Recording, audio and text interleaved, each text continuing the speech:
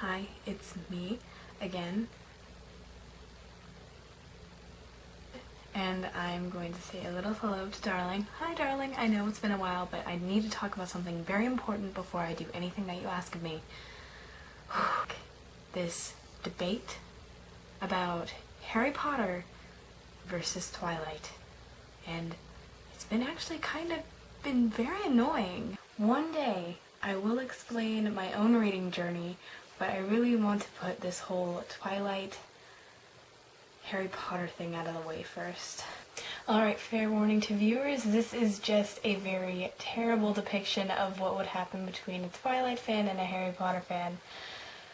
Enjoy!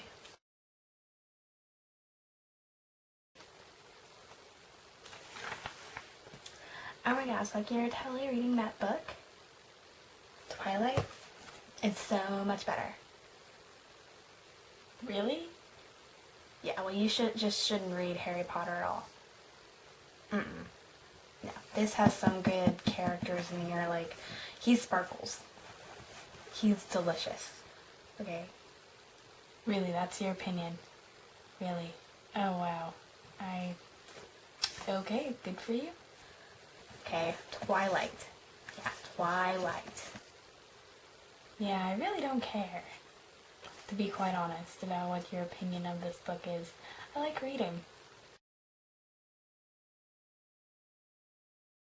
Seeing as they're both books, and people are saying, oh no, you shouldn't read that book. When you get to the point where people tell you not to read something, that's very bad.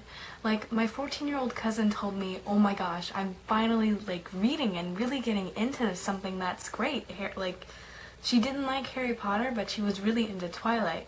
And I was like, oh, you should read Harry Potter. She said, I tried, but it wasn't my style.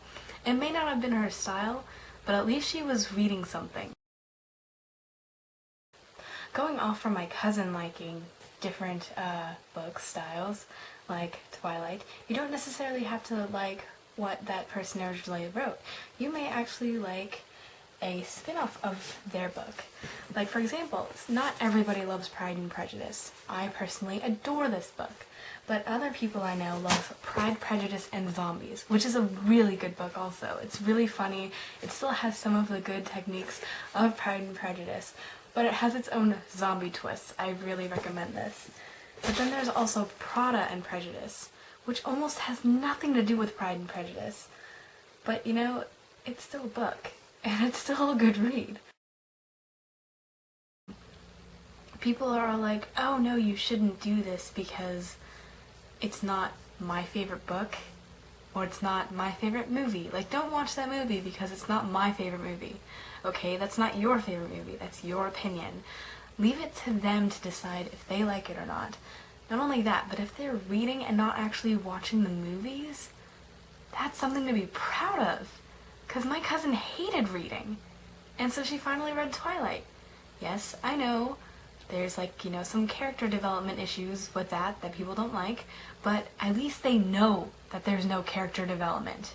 As long as they read it and then acknowledge that there's like no character development, as long as they establish some sort of literary prowess, I say go for it. But if you're going to tell someone not to read, that's just terrible. That's travesty. I don't know why we're doing that. That's terrible. That's terrible, YouTube. Why are you telling somebody not to read? That's not good. You should feel bad. Yep, guilty. Already done. Already done. So yeah, that's pretty much my video. If you have anything you want to comment, not just opinions on Twilight or Harry Potter, maybe if you have read, what books you've read, I want to know in the comments below. Love you, darling.